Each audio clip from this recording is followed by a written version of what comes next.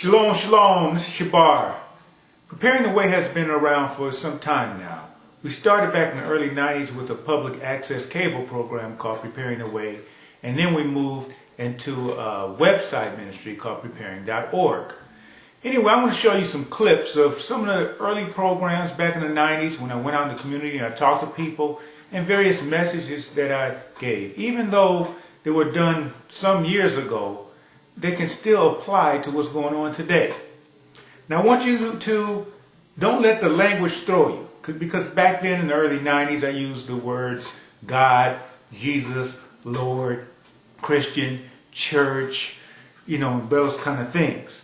Don't let that throw you, because when I was, even back then, I didn't know the right terms to use. When I was talking about God, I wasn't talking about some false God. I was talking about the Most High. I was talking about Yah, our Father Yah, Most High. When I was talking about Jesus, I was not talking about some white man with blonde hair and blue eyes. I'm talking about Yeshua. I just didn't know the terms back then. And when I was talking about the church, I'm not talking about Roman Catholicism and its offsprings, which are all these denominations. I'm talking about what the true church is supposed to be, the true body of believers. When I'm talking about Christian, I'm not talking about churchianity, because that's what you see today. That's churchianity. That's not even what, when the scriptures, those believers, and people called them Christians, those were the true believers who knew who they were and were going in the right direction under the covenant of the Most High. So you hear a lot of these terms which I no longer use now, but back in the 90s I used those terms. Don't let that throw you from the message, because there's some nuggets, some truth that's being spoken of even back then in the 90s, when I didn't know as much as I know now, because we're all growing. So anyway, I hope you enjoy these clips. You spoke of authority, and the authority from the lineage of the Israelite started with Abraham. Am I correct in saying that? Yes. You didn't touch bases on what those laws consist of from Abraham, from the Most High to Abraham, and what did he pass on to Abraham through the Israelite? What was the laws about?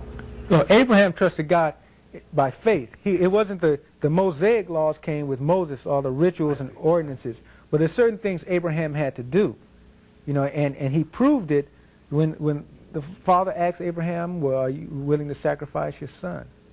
And he took Isaac to the altar. He was getting ready to sacrifice his son, and then the father saw that he was faithful. He trusted God.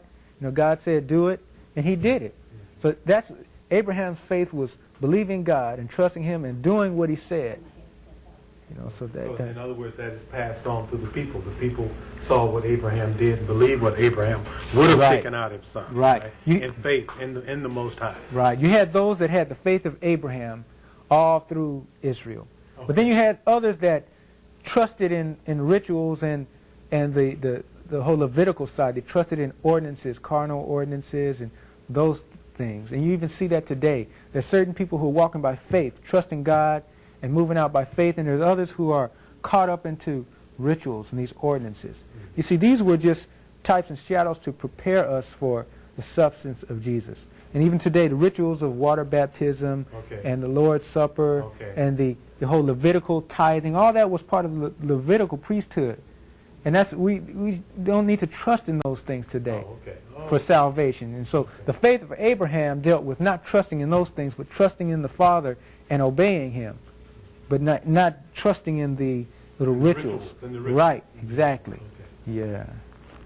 Yeah, I'd like to piggyback off that question of authority too. Yeah. You mentioned that a lot of people have justified some of the most horrendous crimes of humanity in the name of taking authority in the name of God. Yeah. How do we as men today, particularly working from oftentimes such a defensive position, either coming out of broken homes or struggling with broken homes, how do we make this a practical application of the authority without, in essence, becoming abusive and allowing our own frustrations to dictate how we use the word in our family? How do we talk to our wives and our sons and daughters and make them respect us and give us authority without having to try to beat the authority in order to force it. The first thing we need to do is we need to come together like this. We need to come together and organize and unify and understand how to submit to one another.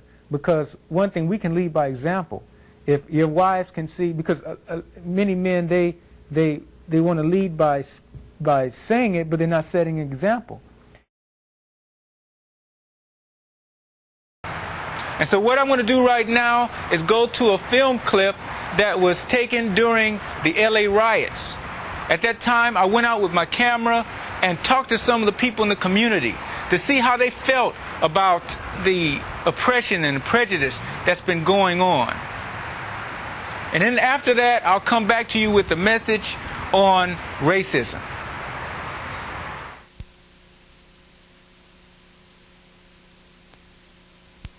Kill the morale of black folks. If Rodney King was beaten and we didn't see it, then this would not have happened. But if I sit here and punch you in the face, this man can only tell me what he saw.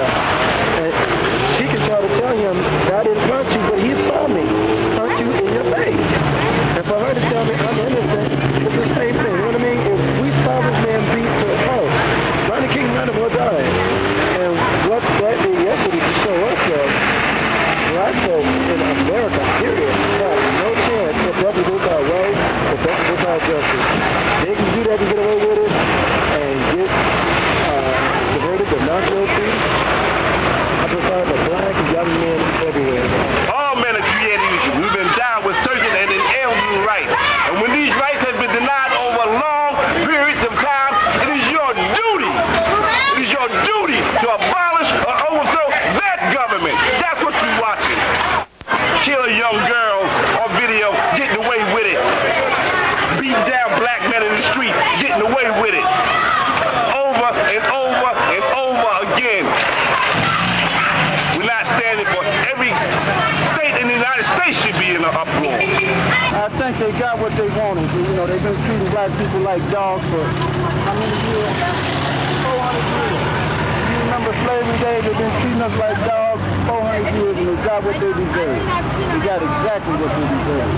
Now they concerned. Now they stopping. The whole world is stopping now to see what's happening. They all concerned about what's happening in South Central.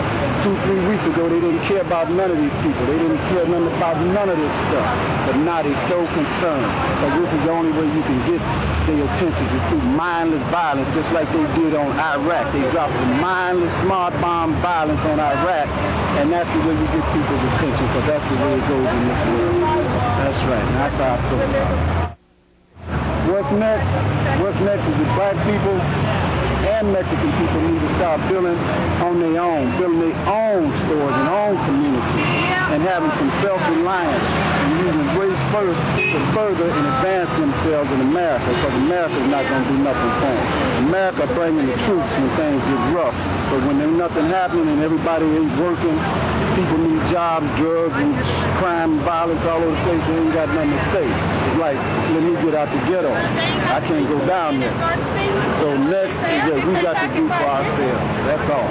We got to come together as a people. We got to let this be the call for us to come together under the philosophy of race first, self-reliance, and nation. That's right.